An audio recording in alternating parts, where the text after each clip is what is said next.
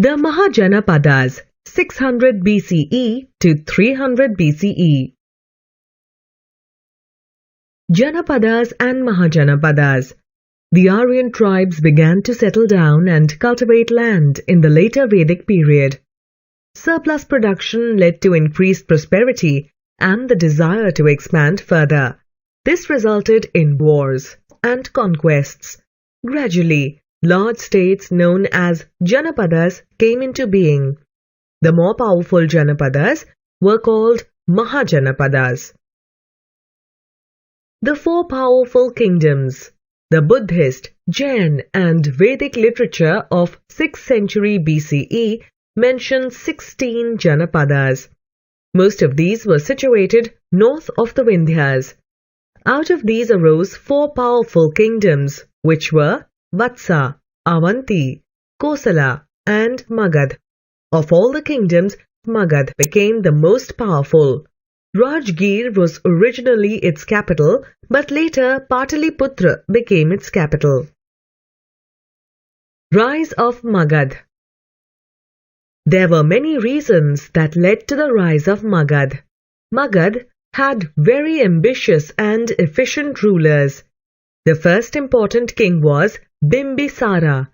He ruled for 52 years and expanded his territories through conquests and matrimonial alliances. Bimbisara's son Ajatashatru ruled for almost 32 years. He conquered neighboring states and made Magad the most prosperous kingdom in northern India. Magad benefited from its fertile soil. Rivers like Ganga and Son provided water for its daily needs and was also used for trade and transport. Magad had a well-organized army. There were forests that provided timber and elephants for the army. Another advantage was the iron and copper deposits in the kingdom, which were used to make iron tools for agriculture and weapons for war. Towns also grew during this time, which promoted trade. There was an excellent system of roads which were connected to river ports and centers of trade.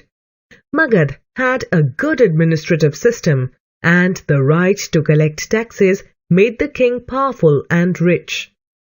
Coins issued by the rulers of Magad show that the kingdom was economically prosperous. The Nandas. Mahapadmananda, a king of the Nanda dynasty, seized the throne of Magad by 4th century BCE. He transformed Magad into a mighty empire. Dhanananda, the last Nanda ruler, was overthrown by Chandragupta Maurya. Alexander. Alexander, the king of Macedonia, was one of the greatest kings in the history of the world. He conquered vast territories that included Asia Minor, Syria, Egypt, Mesopotamia, and the Persian Empire, which extended up to the Indus Valley. Alexander's invasion. Alexander invaded India in 326 BCE, at a time when northwestern India was divided into a number of warring kingdoms. However, Alexander had no difficulty in bringing them under his control. Alexander and Porus. Porus was the ruler of Paurava, the area lying between the rivers JAYAM and Chenab. When Alexander invaded Paurava, he was met with stiff resistance from Porus. Porus fought heroically but was defeated.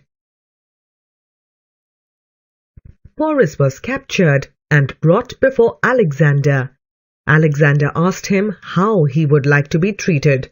Porus replied, as one king should treat another king.